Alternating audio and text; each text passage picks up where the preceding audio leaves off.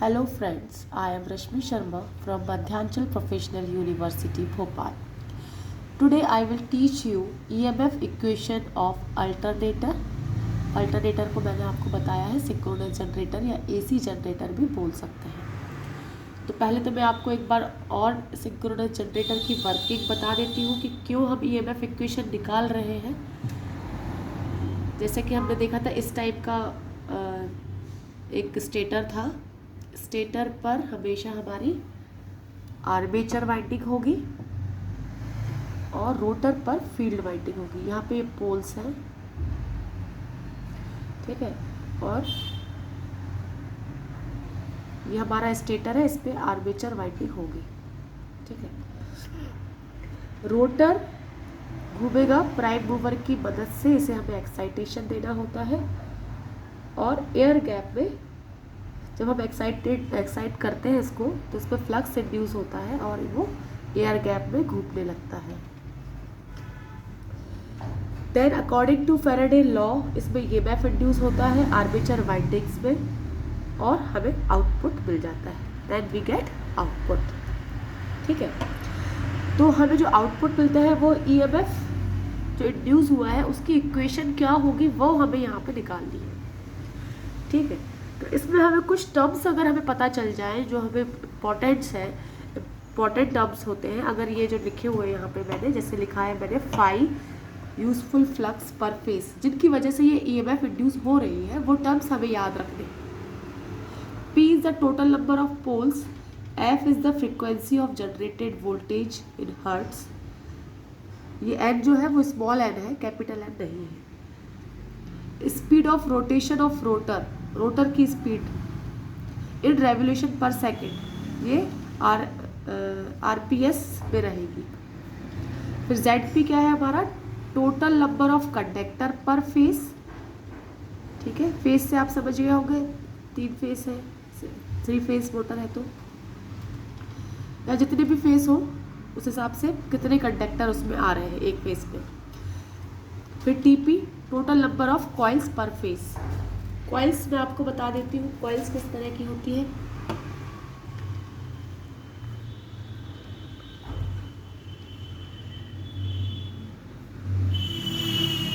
ये हमारी एक कॉइल है, ऐसे ही बहुत सारी कॉइल्स हमारी कनेक्टेड रहती है। एक मिनट,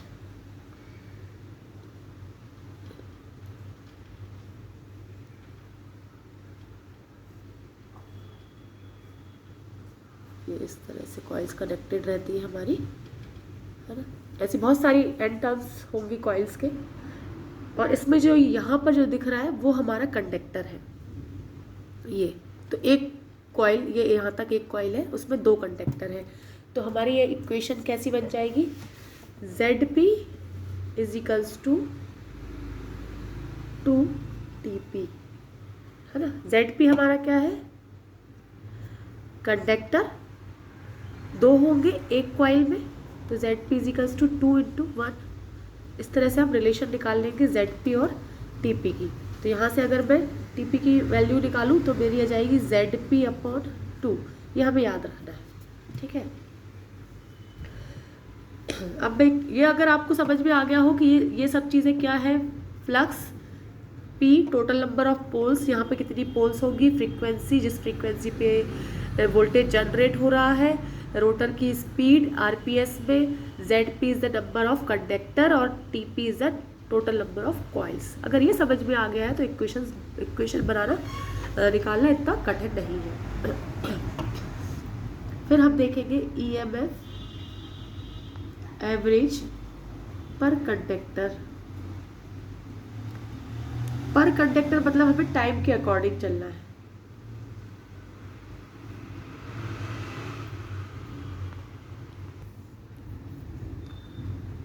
अब हमारा जो EMF वो कितना होगा, total number of poles into flux, जितने पोल्स हैं और उसके आसपास जितना फ्लक्स इंड्यूस हो रहा है उसके अकॉर्डिंग ही हमारा EMF इंड्यूस होगा। तो ये हो गया EMF एवरेज। अब टाइम टेकन कंडक्टर, है ना, पर कंडक्टर हमें देखना है तो कितने रेवोल्यूशन, मतलब एक रेवोल्यूशन में कितना टाइम लगा पर कंडक्टर, है ना। हम पर कंडक्टर निकाल रहे हैं, तो time taken for one revolution, ये हमारा फॉर्मूला निकल आता है।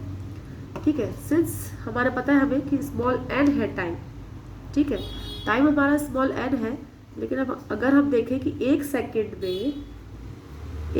में अगर हम मानते हैं कि एन रेवोल्यूशन हो रहे हैं, ठीक है, तो एक रेवोल्यूशन कितने सेकंड में होगा वो हम निकाल सकते हैं।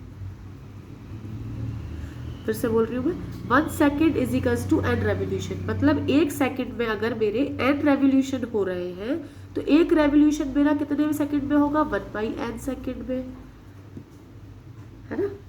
तो यहाँ से हमें टाइम टेकन मिल गया एक रेवोल्यूशन का पर कंडक्टर, है ना। अब यहाँ पे जो पर कंडक्टर हमें निकालना है, तो ये हमारी इक्वेशन बन जाएगी EMF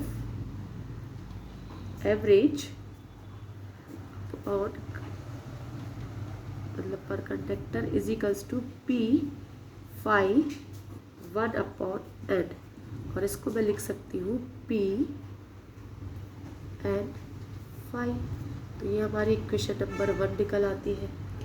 ठीक है, इसी को मैं थोड़ा और अगर चेंज करूँ तो आप लोगों ने पढ़ा होगा फ्रीक्वेंसी क्या होती है, Pn/120, है ना। ये होती है रेवोल्यूशन पर मिनट में, लेकिन अब मैं बात कर रही हूँ रेवोल्यूशन पर सेकंड की। तो उसमें जो स्मॉल एन की उसमें जो फ्रीक्वेंसी की वैल्यू होती है वो होती है Pn/60 सेकेंड्स की, अगर मैं बात कर रही हूँ तो, है ना। तो ये फॉर्मूला भी आपको याद रखना है अगर RPS में है रेवोल्यूशन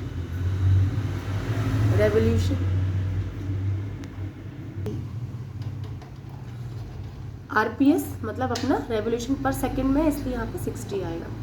तो यहाँ से मैं इसकी मैंने 60 लिख दिया, यहाँ पे 2 है,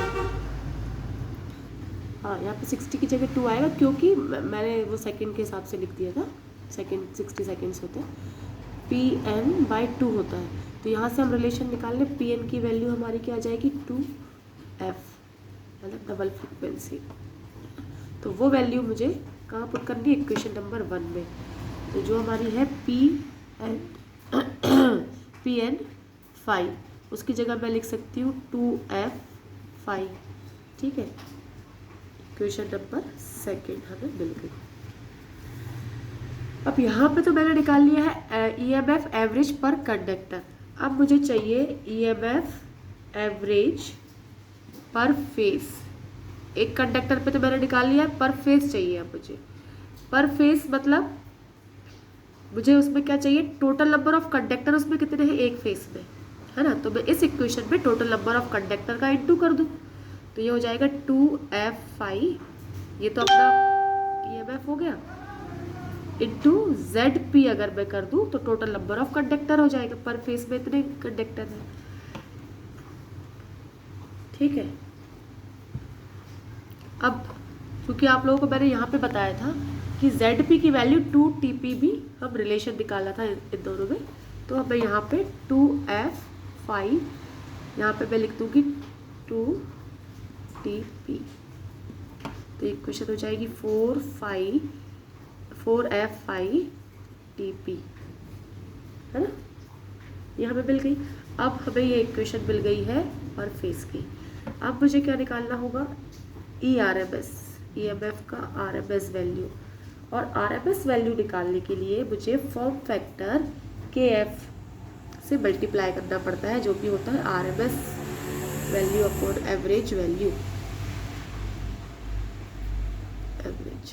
तो इसकी वैल्यू होती है 1.11, ठीक है। इसको हम बोलते हैं फॉर्म फैक्टर। फॉर्म फैक्टर से जब मैं इंटू करूँगी तो ये हो जाएगा KF into 4f phi TP, इसकी वैल्यू है 1.1, तो ये हो जाएगी 4.44f, क्योंकि यहाँ पे KF की जगह मैं लिख दूँगी 1.11 और उससे इंटू कर रही हूँ 4 का, तो डायरेक्ट लिख दिया मैंने 4.44f phi TP, ठीक है। ये हमारी RMS वैल्यू आ गई। अब अगर मुझे एग्जैक्ट वोल्टेज की वैल्यू निकालना है, एग्जैक्ट हमारा कितना ईएमएफ इंड्यूस हुआ है, तो हमें उसमें वाइंडिंग फैक्टर ऐड करना होता है, जो हमारी इक्वेशन है उसमें, जो कि होता है कॉइल और डिस्ट्रीब्यूशन कॉइल और डिस्ट्रीब्यूशन फैक्टर होता है, उसको बोलते हैं केसी और केडी। और केसी और केडी हमारा केडब्ल्यू होता है, KC is into KD is equals to binding factor, binding factor से मल्टीप्लाई। अगर हमें एग्जैक्ट वैल्यू चाहिए ई की, ये हमने आरएमएस निकाल ली, ये हमने एवरेज पर फेस निकाली है, ये हमने पर कंडक्टर निकाली थी, ठीक है। तो अब हम इसमें क्या कर देंगे, 4.44 KC KD F five TP five, ठीक है। या मैं लिख दूँ इसकी जगह 4.44 केसी की जगह के डब्ल्यू एफ फाइव टीपी, ये मैंने 5 डबल लिख दिया टीपी, ठीक है। ये हमारा कंप्लीट। अगर आप यहाँ तक भी करते ना, आरएमएस वैल्यू निकाल देते तो भी आपका सही है, और अगर आप ये निकाल देते हैं एग्जैक्ट वैल्यू तो बहुत ही अच्छी बात है। तो आप पूरा ही पढ़िए, ठीक है। तो ये मैंने आपको बताया है, मैं एक बार आपको और एक्सप्लेन कर देती हूँ। फिर से देखते हैं अगर अपन, तो 5 यूजफुल फ्लक्स पर फेज था, ये सब हमें टर्म्स याद रखने होंगे, क्योंकि जो ईएमएफ इंड्यूस हो रहा है उसकी इक्वेशन निकालने के लिए, और वो कैसे हुआ ईएमएफ इंड्यूस, उन सब के ही वैल्यूज़ हैं, क्योंकि उसमें फ्लक्स होगा, पोल्स होंगे, फ्रीक्वेंसी होगी, स्पीड होगी, कंडक्टर है, फेस है, तो ये सब टर्म्स हमें पता होना चाहिए, अच्छे से याद होना चाहिए कि कौन सी चीज़ क्या है, ठीक है। फिर मैंने आपको बताया था कि एक कॉइल ऐसी होती है और ये सीरीज़ में ऐसी बहुत सारी कॉइल्स लगी हुई हैं, और ये कंडक्टर्स बताए थे, और मैंने बताया था कि एक कॉइल में 2 कंडक्टर हैं, तो Z P is equals to 2 T P. तो ये आपकी रिलेशन निकाल ली थी अपन ने, टी पी की वैल्यू जेड पी अपॉन 2। फिर मैंने निकाला था EMF average per conductor, per conductor मतलब एक टाइम कितना लगा एक रेवोल्यूशन में, कितना ईएमएफ जनरेट हुआ एक रेवोल्यूशन में।